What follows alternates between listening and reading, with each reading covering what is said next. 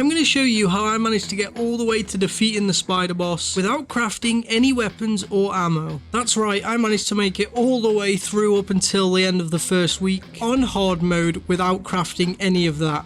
Only crafting the armor that I needed to survive the pollution. Now, one thing that I will say is, yes, some of the enemies do feel a little bit harder, and it does feel like you get a bit swarmed more often. However, as of yet, I'm yet to see a real challenge in this hard mode. But if you're about to start your hard server and you want to know how to hit the ground running, do this and it will save you so much time. So if you have a build and you're about to leave the server, make sure to craft a tier 1 weapon, but calibrate it up all the way. Meanwhile, make about 10 to 15k ammo for that weapon, and make sure you know which Deviant helps you in the fights the most. And then once you move to the new server, you're going to want to take that weapon with you, the ammo, and the Deviants. Not to mention, of course, the mining drill and the logging chainsaw if you can. Now on top of that, you can take a few other things that are going to help you out, such as the logging beaver, the Digby boy, and to be honest, the most important one, the lethal rabbit, because you're going to need that leather. Now there are other things you can bring. You could bring anything that's going to help you craft solar panels easily and quicker, or literally anything you want. But with this tier 1 weapon, this is the secret,